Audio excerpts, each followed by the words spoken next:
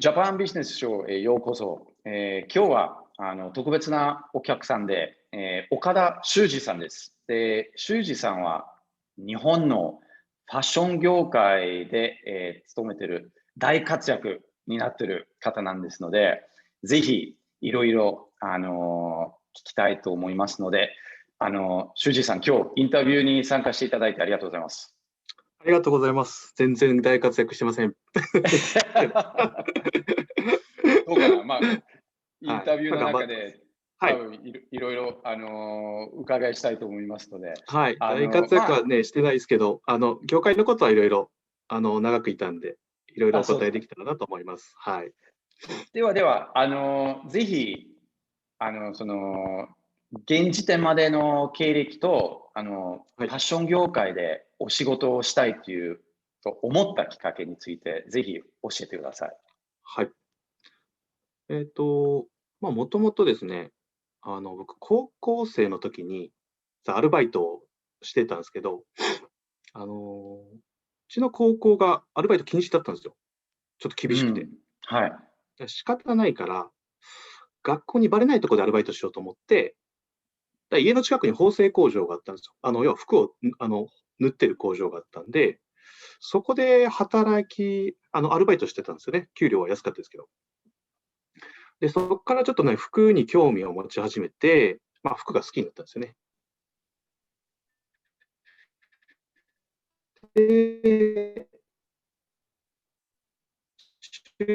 就職はちょっとアパレルだったんで、なんで、特にアパレルメーカー、ブランドに入るというよりは、最初に入った会社は商社、繊維関係、アパレル関係の商社の方に就職しました。はい。で、そこで、最初の10年間はずっと生地の、え部隊に入ってですね、服の生地を作る部隊ですね。主に日本でも作ってましたし、あとは中国、韓国、それから一部イタリアとかヨーロッパの生地も扱ってましたし、はい。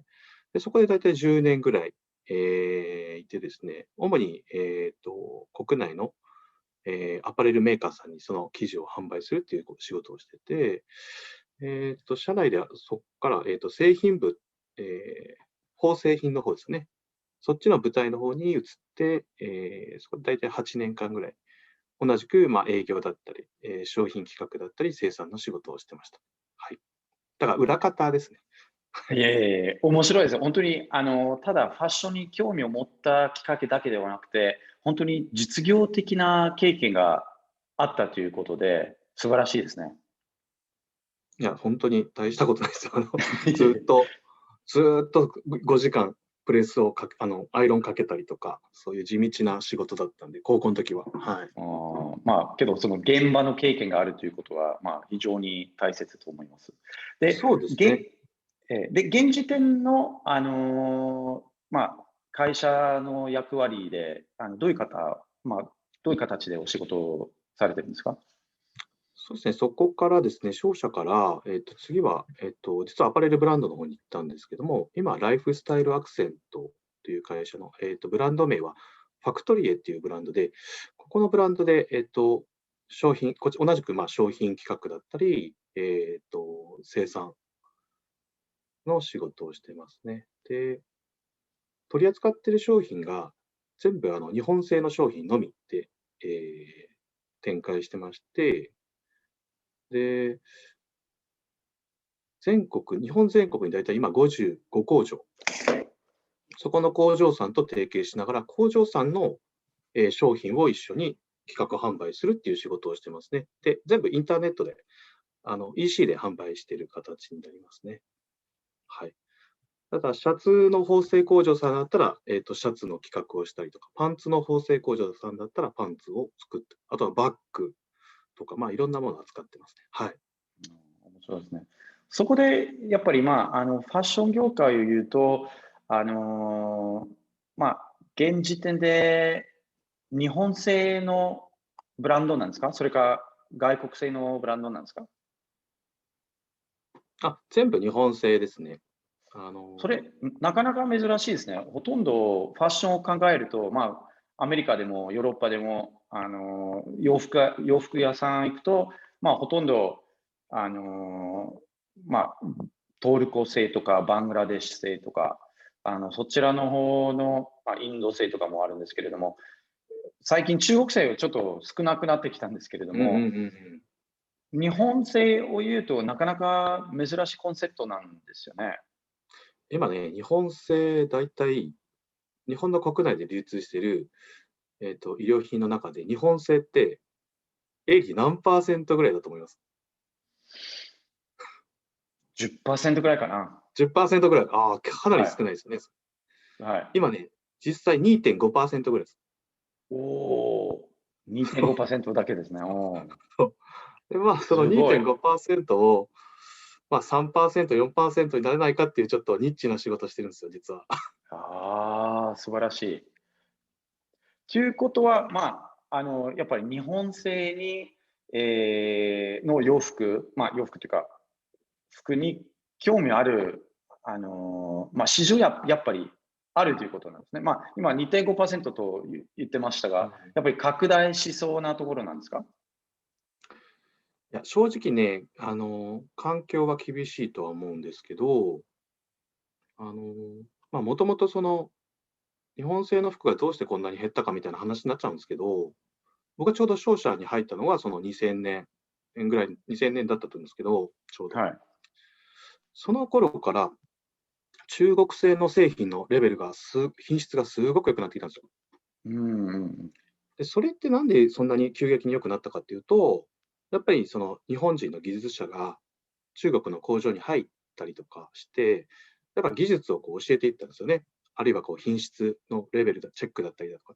それで急激に中国の、品質のレベルがぐっと上がってきたので、国内のアパレルメーカーも一気に中国製の製品を、もともと日本製でやってたものをどんどん中国だったりとか作るようになったんですよね。で、2010年ぐらいからは、逆に今度ちょっと中国でもちょっとだいぶ工賃が上がって値段が上がってきたので、どんどん ASEAN、ベトナムだったり、タイだったり、ミャンマーだったり、バングラディッシュだったり、ちょっとそういう地域で生産するように、変わっていきましたね。あと、2012年頃ですかね。結構尖閣諸島、日本と中国がちょっとこう、喧嘩してたりしてて、ちょっと反日感情も覚えて深かったます。ので、うはい。ん。なので、ちょっとそういうのもあって、チャイナプラスワンっていう形で、中国以外の生産背景を持つっていうのも、リスク分散する上でっていうので、どんどん ASEAN の方にも生産地が広がっていった経緯がありますね。だからどんどん日本製は少なく、一回中国行っちゃうと、工賃がもうかなり安くなるんで、これが仮にちょっと中国と少し関係が悪くなったから、じゃあ日本に戻ってくるかって言ってなかなか日本戻ってこれないんですよ。だからもっとより安いところにっていう形で、どんどん ASEAN の方に移っていった流れですかね。はい。うん。その ASEAN の中で、あるいは中国の中で、海外の、仕事の経験はありますか？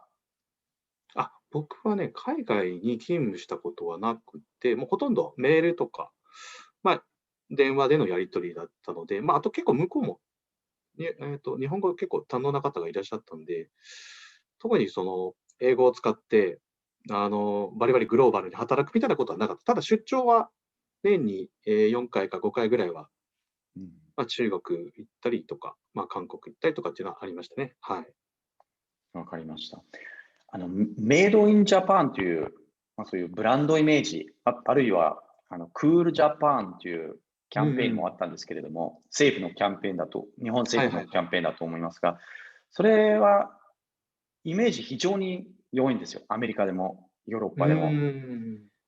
そういう、メイドインジャパンの、ブランドイメージの場面で、海外でも、進出とか考えたことはありますか？そうですね。なんか、その、ちょうど2012年から15年ぐらいですかね。うん。あの、みんな iPhone 持つようになったんですよ。スマートフォンを。で、当時海外進出っていうと、海外にお店を出して、グローバル展開していくみたいなのが一般だったんですけど、もうなんかインターネットで全部買い物できるようになったんで、なんか海外進出イコール海外にお店を出すが正解なのみたいな感じになってきたので、特にそれもインターネット EC でやればいいんじゃないかなっていうふうには今思ってるんですけどね。はい。ただ、まだ特にそういう海外に向けて、えー販路を広げたいというところはまだそこまでは行ってないですね。まだ今、うちの会社まだすごい規模がちっちゃいんでまだそこまでは行ってないですね。はい。でも可わかります。能性はすごく秘めてると思ってます。うん。そうですね。やっぱり、うん。海外で、メイドインジャこちらは、南フロリダのマイアミでも、中国製と日本製はうん。全く違うという意識がみんな持ってます。もう世界の真うん。反対なのに、メイドインジャパンのイメージが非常にいいんですので、だから、こちらもそういうブティックっぽいお店とか、やっぱりこちらのマイアミ市にデザインディストリクトという、本当にそはいはいはい。のデザイナーのブティックとかの、あるところがあるので、そこでうん。日本製の洋服屋さんがあれば受けると思います。うん、はい。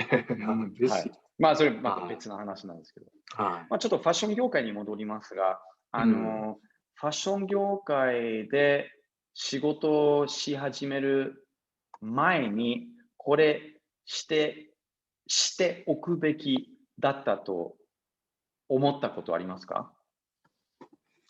そうですね、僕結構もともときっかけが、ちょっと工場でアルバイトしたりとかっていうので、結構製造現場っていうんですかね、っていうところを結構、経験したことが、後々の仕事でもすごく生きたので、やっぱりメーカーで働く方だったりとか、メーカーと一緒に仕事するような、業界行かれる方は、結構いろんな製造現場を見学したりとか、体験することはすごくいいことかなと思いますね。はい。逆に後悔したことは、やっぱさっきの話だけど、中国、ベトナム、いろんな国の方と仕事する機会があったので、やっぱりちょっと中国語を勉強したりとか、英語とか勉強して、海外留学すればよかったなとか、うーあん、アパレル業界しか知らなかったので、学生時代いろんなインターンシップ使って、いろんな業界のいろんな会社で仕事体験もっとすればよかったなってすごい後悔してますね。なるほどですね。ああ、うん。そうか。けど今はやっぱりもう20年以上、20年間ぐらいかな。ちょうど20年間、アパそうですね。レル業界、ファッション業界でお仕事を、されてるということで、やっぱりもうそういう形で成功してると、私は言えるとかなり思ってますので、ユニークな特技とか、成功に役に立った、ことは何だと思いますか？成功ですか。まあ、本当に何をもって成功っていうかわかんないんですけど、あの、もともと僕、ものづくりが好き。なんか物を作ったりするのが好きだって、あと服が好きだったんで、その2つが今両方ともできてるので、これは一つの成功だなっていうふうには思ってるんですけど、あとはちょっと自分のユニークなところで言うと、なんか洋服の業界って、例えば縫製工場もそうなんですけど、メンズの洋服だったらメンズの洋服しか作ってないんですよ、ほとんどは。で、レディースの工場だったらレディースしか作ってなかったりとか、そういうところが多いんですけど、僕一応ちょっとメンズ、レディース両方、仕事してましたし、あと、商品企画から販売、それから生産って大体部署が分かれてたり、担当が分かれてたりするんですけど、それも全部一通り経験したことだったりとか、あとは生地と縫製品って、これまたちょっと、べ大体は別の工場だったり、別の仕事だったりするんですけど、それもちょっと一応両方経験したことだったりとか、あとは国内でのものづくり、海外、貿易も含めてですけど、両方いろいろ経験したので、一通り何でも知ってるっていうのが自分の強みというか、ですかね。はい。不器用なんかもしれないですよね、逆に。うん、はい。いいことですね。とんでもないです。いえいえ。で、もう事前になんかプレゼンをわざわざと、このインタビューのために作っていただいたと見てたんですけれども、そいえ、の、ぜひ、ちょっと今、このビデオをご覧になっている方に、その、ファッション業界、日本の、現状況と、どういう展開があったかをちょっと簡単に、ちょっと少しでも見せていただいて、説明していただければ、すごく価値のあることだと思いますので、ちょっと、ぜひ、プレゼンを共有してください。あ、いいですか。いいですか？ね、お願いします。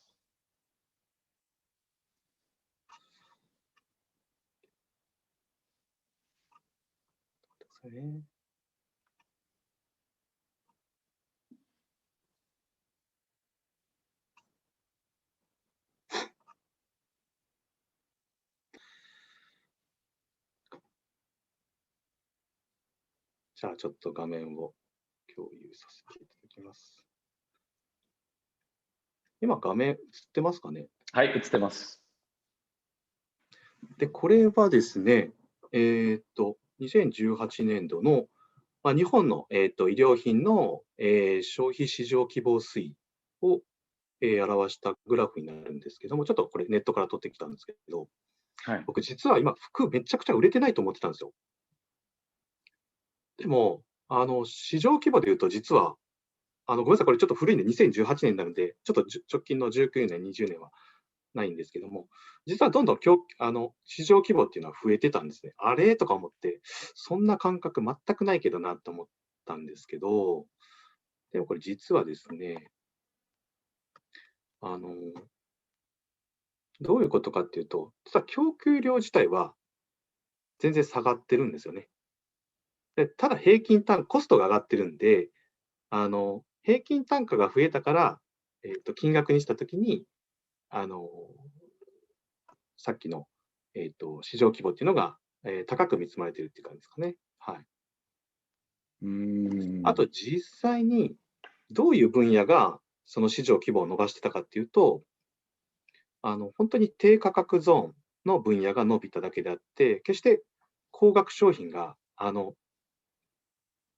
ミドルプライスだったり、高価格商品が伸びたわけではないっていうのが、この、えっと、グラフの下の方ですね。低価低価格分野を分野。言うと、ユニクロなどですか？そうですね。ユニクロだったりとかですね。はい。うん。そういうブランドの商品ですね。はい。で、あと、次のグラフがですね。実際、高価格品もそんなに変わらずっていうところなんですけど、でも実際買ってたのって、そんなに日本人の方ってたくさん高額品買ってたわけじゃなくて、あの、大体2013年、14年、15年あたりから、僕今職場が銀座なんですけど、もう銀座とか普通に歩いてると、日本語全然聞こえなかったですよ。本当に本当に。ランチとかしても、大体並んでる時に、会話聞こえてくるじゃないですか。全然日本語聞こえなかったっていうぐらい、特に中国の方だったりとか、アジアの方も多かったですけど、本当に外国人の方がたくさん日本に旅行来てもらってたので、そこで結構、高価格商品ですね、ブランドの商品を買っていただいてたっていうのもあって、それで、なんとか数字を、高価格商品もキープできてたっていうのが、2010、そのコロナが起こる前までの状況でしたね。は面白いですね。い。うん。で、日本って、その、エリヒが住んでるアメリカだったりとか、生まれの国ドイツだったりと、ちょっとね、服を、こう価格別に見たときに、あの、どういう人たちがどれぐらいの値段の服買ってるかっていうと、分布図、こうピラミッドに表したときに、日本ってこの真ん中にいる人たちの数がすごい多いんですよ。どうでしょう、ジャケットで言うと、えっと、と、今ちょっとまだね、最近はちょっと違うんですけど、当時だとだいたい、3万円から5万円ぐらいのジャケット。はい。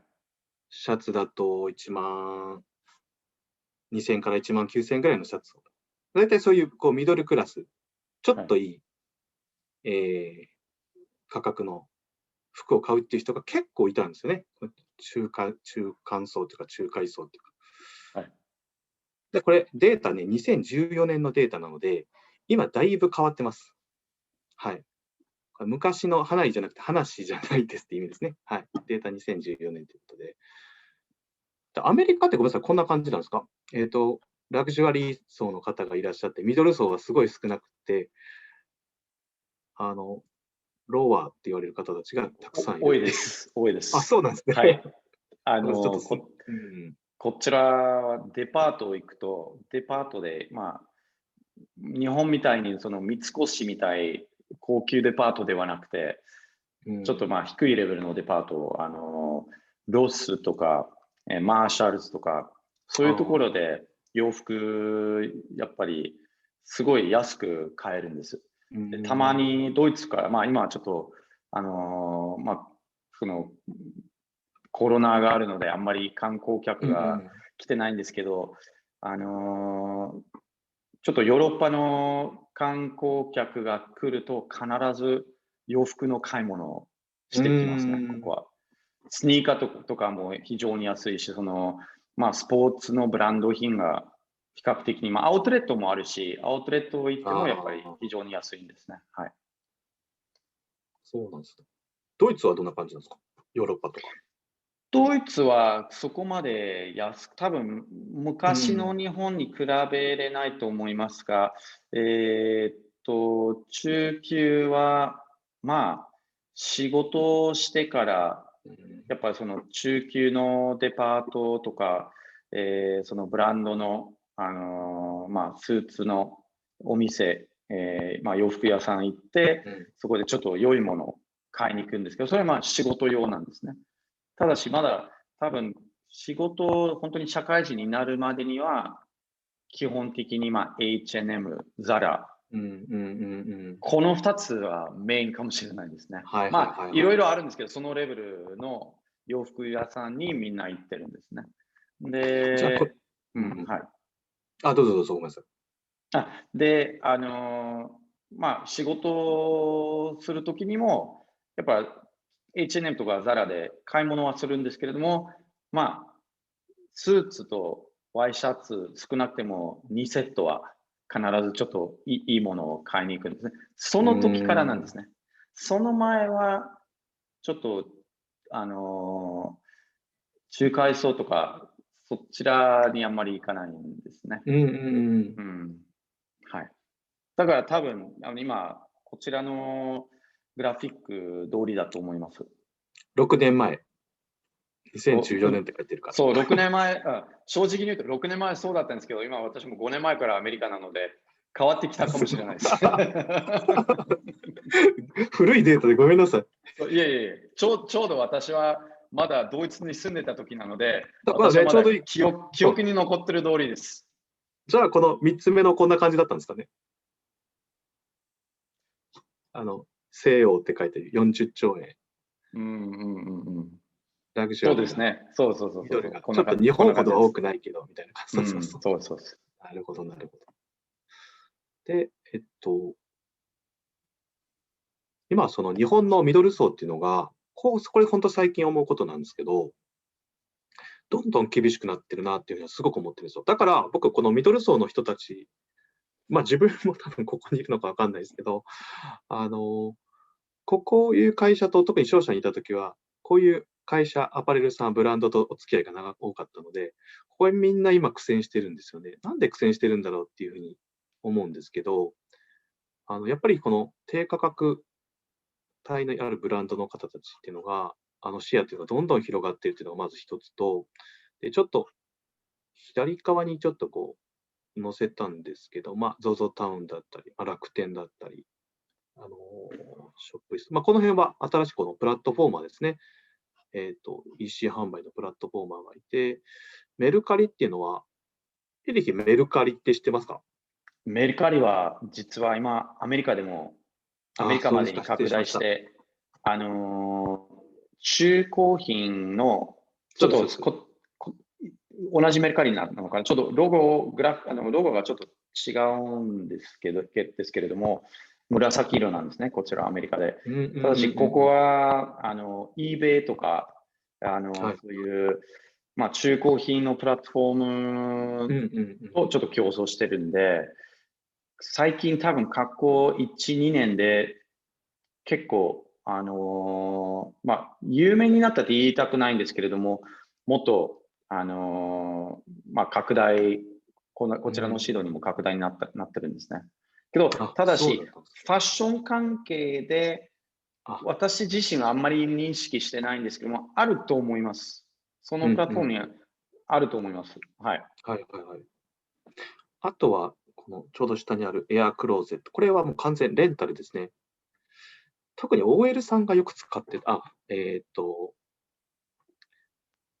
会社勤めしてるだいたい、30代ぐらいの女性が結構利用されてたと思います。だいたい月額、金額も2種類ぐらいあるんですけど、月額6000円ぐらいだったかな。6000円か7000円ぐらいで、月3着か4着、服が送られてきて、まあ、気に入ったらそれ買えああ、るし、みたいな。はい。なるほどですね。それ気に入らない場合は、もう返品簡単にできるってことです返品ですね。簡単にできるって感じですかね。はい。か。で、まあ、こう、スタそこ、イリストのはい。すみません。そこで質問なんですけれども、日はい。本人ってあんまり返品好きじゃないというか、恥ずかしいというイメージがそうだ、あるか昔あもしれない。ったんですけれども、はい。あの、もうアメリカとかヨーロッパとかもみんな遠慮なく、もうそうなんですね。たまに、もう子供の誕生日のために良いカメラが必要なので、はい。でパチッと一日写真撮って、ではい。もう次の日に Amazon で返品する人がいるんですよ。うすん。ごい。それはよくあるんですけれども、日本そういうことはもう一切やらないって言いたくないんですけど、やっぱりやる人が非常に少ないって気がしますので、だからそのエアクローゼットって実際に商品もらって返品みんなするんですか？それか、まあ、あまり気に入らなくても、せっかく送ってもらったので、一応キープしておくっていう人もいるのかな？いや、僕ね、実際これ使ってる人の話とか聞いたことないんで、はい。ちょっとなんかわかんないですけど、その返品しや日本人は確かにしなかったです。昔、全然僕返品する人あんま見たことなかったんですけど、多分そういうとこあると思うんですよ、日本人って。でも、それってやっぱ、昔結構その店舗が中心だったじゃないですか。まあ、どっちかというとこうネットが中心になった時に、あの、結構人と人とこう、会ってだと言えないことが、インターネットだったらすぐこう書けちゃうとか、言えちゃうみたいなところはあるので、そういう意味ではしやすくはなったのかもしれないですけどね。店員さん大変ですけど、はい。なるほど。うん。で、そこでやっぱり、そのすべての、まあ、楽天、ZOZO タウン、メルカリ、エアクローゼットなるな、などなはい。どがみんな中階層の仕事をまあ、そうですね。取ったというか、まあ、そのブティックとかデパート、が昔そういう、まあ、ニッチがあったのに、今全部取られた、この画面に映ってる会社に取られたということなんですか？そうですね。どんどんシェアが少なくなってきてるんですけど、でも、このミドル層って、さっきも言いましたけど、めちゃくちゃ会社多いんですよ。働いてはい。る人も多いですし、ブランドの数もすごい多いんで、おそらくですけど、あの、あと10年ぐらいで半分ぐらいになるんじゃないか。実際ね、ちょっと待ってくださいね。はい。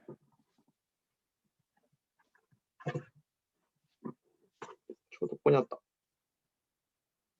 最近読んだ本で、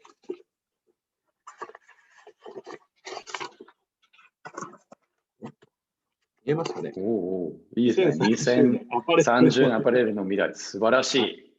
福田実さんっていうう方で、ん。えーローランド・ベルガーパートナーで、そうですね。コンサルとかやられてた方ですかね。この人の本非常に面白かったんですよね。うん。うん。ちょっと今後どういうふうになっていくか。ちょっとここも少し読んでたので、ちょっとはい。参考になっている部分はあると思うんですけど、えでも実際、じゃあ、さっき左側に載せた ZOZO タウンとかメルカリとか、幕開けってこれ、クラウドファンディングの会社ですけども、こういうのよりも実際使っているのは Amazon の方が多いんですよ、う買い物。ん。だから、決して日本だけじゃなくて、Amazon みたいな巨大プラットフォーマーが日本にやってきてですね、どんどんそのシェアを取っていくってなると、ますますこのミドルにあるアパレルさん、ブランドっていうのは、立場が厳しくなるんじゃないかなっていうふうにはちょっと見てます。ちなみに、すみません、一はい。つ質問なんですけど、アマゾンのシェアが、1年前までには、楽天、まeBay、すみません、うん。eBay じゃなくて、Yahoo ショッピング、楽天、アマゾン、その3社見れば、アマゾンはまだ2位だったんですけれども、多分、もう楽天より大きくなってる可能性が非常に高いんですけれども、はい。どうですか？データに基づいてじゃなくて、ちょっと気持ち、修二さんの気持ちで、やっぱり Amazon が他のプラットフォームに比べて、もうそこまで大きくなって、例えばファッションとかだったら、ZOZO タウン、昔 ZOZO タウンがやっぱり一うん。番流行ってたって気がしますけど、うん。今はもうほとんどみんな Amazon で買い物するんですか？そうですね。なんか、どんどん使いやすくなってるっていうのがまず一番と、はい。あと多分、まだこれからだと思うんですけど、洋服の方はかなり今、あの、力入れられてるんじゃないかなと。どんどんこのファッションセンスだったりとか、ちょっと品質のとこはまだ全然わかんないですけど、どんどんおしゃれな商品が今後どんどん増えてくるんじゃないかなって期待はしてるので、僕も実際、毎月 Amazon と楽天どっちいくらぐらい使ったかなって見るんですけど、Amazon のが増えてますね、確実に。ああ、なるほど。特に理由はないんですけど、多分使いやすいからだと思いますね。おー、見やすいとか。はい。という感じで、結構、環境がだいぶ変わってきてますよね。で今後、じゃあ、ミドル以外の層ですね、ラグジュアリーって言われるところなんですけども、そのコロナでですね、それとさっきの銀座の話になるんですけど、もうお客さんがいないんですよね、全然、街歩いてても。本当会社も、家もちょっと近いんで、平日も週末も、街で歩いたりするんですけど、あんまりラグジュアリーブランドのお店にたくさん、以前みたいに、人が溢れ返っているような、場面は見ないので、かなり集客自体、来客自体がないんじゃないかなってね、ちょっと今後厳しいんじゃないかなっていうふうには見てますね。はい。あと、あんまりラグジュアリーブランドって、店舗体験が大事なので、接客だったり、特別な。あんまりそれほどEC で、たくさん物を売るっていう、あんまりイメージがないので、そういう部分伸ばしていくと、ちょっとブランドイメージも崩れちゃうので、やっぱり店舗を大切にしてるとは思うんですけども、その肝心の店舗にちょっとお客さんが今少ないんじゃないかなっていう風な状況です。下で、に、すいません。ザラ以どうぞ。外はすべてはい。失敗って書いてあるんですけど、H&M はもうないですか？ H&M も銀座の店舗はなくなりましたね。あ、そうですか。おー、店舗はまだ残ってますよ、もちろん。ですええ、けど、ちょうどね、2008年、だからそのリーマンショックがあったぐらいから、ファストファッションブランドがぶわーっと本当に、今月はH&M だと、今月はどこどこだみたいな感じで、本当に一気に入ってきたんですよ、日本に。はい。覚えてます。うん。うん。私も、で、その私も時覚えてます。うん。その時、日本のアパレルブランドはどうしようどうしようって言ってたんですよ、本当に。やばいやばいって言って。でも蓋開けてみたら、あれからもう10年経ちますけど、みんな撤退していきましたし、店舗もクローズになってきましたし、でもザラだけはなんかすごく根強く、みんなファンの方が多いですよね。うん。僕も時々買い物行きますんで、ザラは。うん。うん。で、どっちかというと今の脅威っていうのは、さっきのページじゃないですけど、新しいそのプラットフォーマー、国内だったり、海外の巨大プラットフォーマーの方が多分脅威になってるんじゃないかなというふうに思ってます。はい。素晴らしい。ありがとうございます。そうか、もう一枚ありますね。ぜひぜひ。時間大丈夫なんですか？大丈夫です、大丈夫です。ぜひぜひ。はい。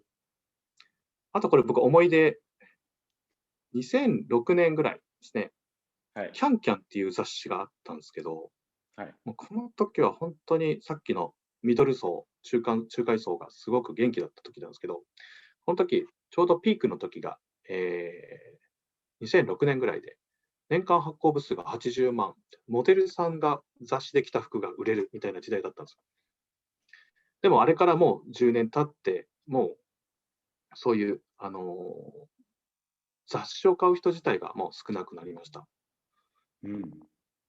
でこれはやっぱりその2012年から15年、ちょうどね、この年に iPhone5 とか、6とか、5、6買った人って多いんですよね。結構普通の、主婦の方だったりとか、学生さんだったりとか、おじさんもう急に iPhone 持ち始めたのが、僕の記憶ですけど、大体この年に iPhone に切り替えた人多いんですよ。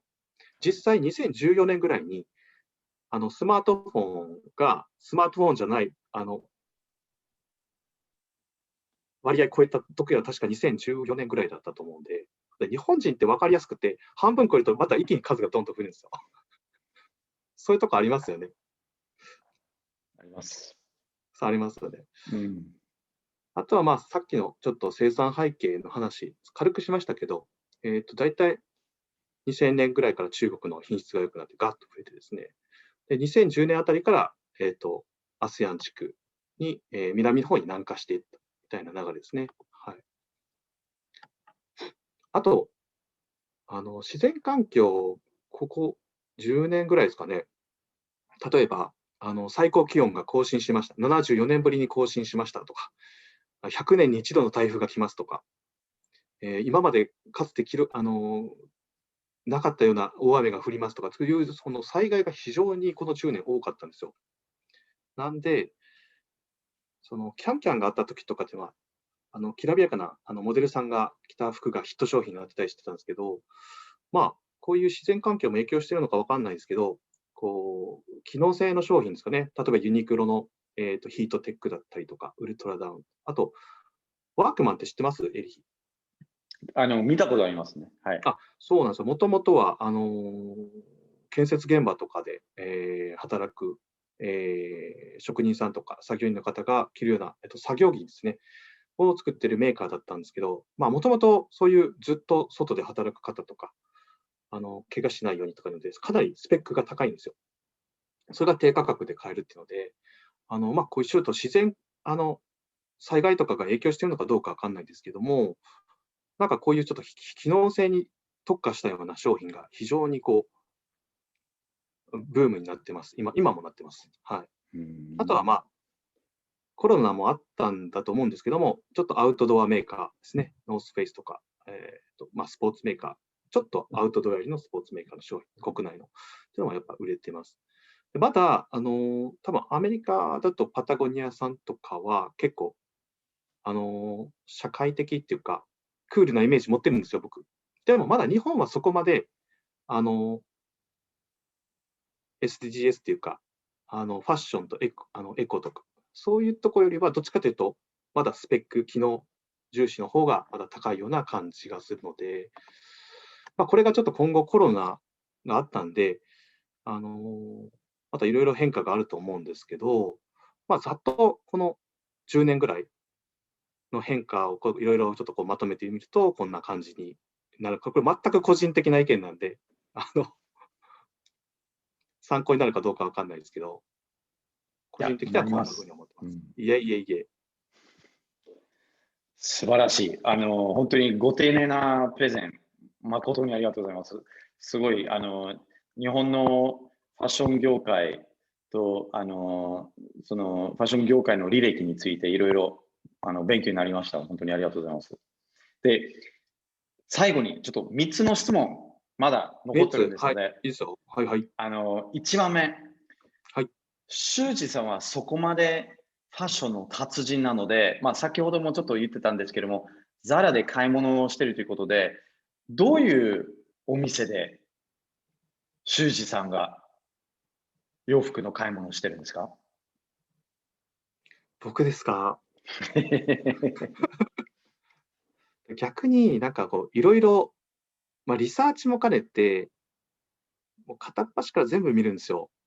その、さっきのレイヤーで言うと、低価格ゾーンから、ミドルから、ラグジュアリーまで全部こう、とにかくリサーチするのが好きなんで、だからこう、特にどこっていうのが僕は実はないんですよ。ただ、そんなお金持ちじゃないんで、ラグジュアリーは買ってません。なるほど、わかりましはい。た。という答えになってなくてことは、すいません。うん。いえいえ、わかりました。では、この5年間の間に人生に一番役に立った習慣とか何かあありますか？あ、はい。僕は近藤麻理恵さんっていう方の、心がときめく魔法、片付けの魔法だったかな。はい。アメリカでえも有名ですよ。有名ですよね。はい。アメリカのネットフリックスでシリーズがあったから。あ、そうそう、僕あれ結構感銘を受けまして、まあ、あれ読んだ後に、まず一番最初に部屋のいらないもの全部捨てたんですけど、まあ、そこから、まずは生活を見直したりとか、あと仕事の仕方とか、まあ、選ぶ仕事だったりとかっていうのも、お片付けしなきゃなとか。で、その選ぶ時の基準が心がときめくかどうか。でときめかないものは手放していこうみたいな形で。まあ、そうすることで、こう、なんか生活とか人生とかがこう、お片付けできるみたいな形で、まあ、今も続けてるんですけど、それが最近こう自分の中での心情というか、大切にしていることですね。はい。わかりました。で、最後は、日系企業と取引したい海外企業があれば、何かアドバイスありますか？アドバイスですか。えっと、まあ、僕もそうなんですけど、全然英語が喋れないんですよ。で、日本人、なんか僕、前一回データで見たことあるんですけど、あの、アメリカ人の方とかと、まあ、ヨーロッパの方たちと同じぐらい英語が喋る、まあ、流暢に喋れる人の、日本人のパーセンテージで、エーリヒの詳しいですよ、データ。それ1%未満って言われてたんですけど、1%未満な感じですかね、やっぱり。私、デートは知らないんですけど、多分そんな感じです。ですよね。はい。で、ちょっと喋るとか、言ってること少しわかるぐらいの人が2、30%で、この70%の人はほとんど理解してないっていう、大体そんな感じなんですよね、でもね。はい。という意味でいくと、あの、やっぱりジャパニーズスピーカーみたいな方とはパートナーでいた方がいいかなっていうのがまず一番ですよね。はい。まあ、エーリヒみたいなね。そうそうそう。ありがと話しやすいから。何でも話せるみたいな。そうそうそう。う。一番最初のお話に戻るんですけど、大活躍です。ありがとうございます。ありがとう。そう、今日一番では、活躍したかもしれないです。はい。です。それと、やっぱり今日、アパレル協会の話をしたんですけど、まあ、その業界のですね、まあ、コロナを機に大きく変わるとは思うんですけど、そのコロナの前にどういうこの10年があったこととかっていうのを、まあ、それぞれの業界、きっちりこう調べておくというか、リサーチしておくっていうのはすごく大事です。そこは結構日本人の独特のこう考え方だったりとか、あの、文化みたいなとこもやっぱりあるんで、さっきの半分超えた時に日本人は一気に90%まで一気に来ちゃうみたいなところとかあるじゃないですか。だからそういうのもすごい大事ですし、まあ、日本に住んでたから思うんですけど、最近さっきの自然環境が大きく変化しているので、それによってちょっとファッションだったり、生活だったりとか結構変化するんで、まあ、そういうのもこう、まあ、社会要素だったりとか、自然要素だったりとか、まあ、そういうのも含めて、その業界のことをこう、リサーチしたりとか、調べてみるのも結構面白いかなと思います。はい。わかりました。ありがとうございます。で、これもう3つ目の質問だったんですけれども、最後の最後で、うん。修二さんについてもっと知りたい人がいれば、どこに連絡すればいいんですか？僕ですか？はい。えっと、インスタグラムとか何かやってます？あ、はい。Facebook、それから Facebook で。まあ、はい。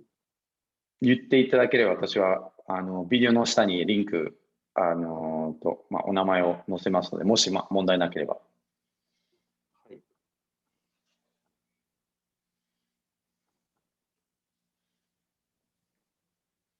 と、連絡するときはい。に、はい。このビデオを見る方は多分 GMAC で、英語の GMAC で見るので、連絡すそうなんです。るときに、英語で、メールを送はい。っても、あ、メッセージを送っても大丈夫です。大丈夫ですか？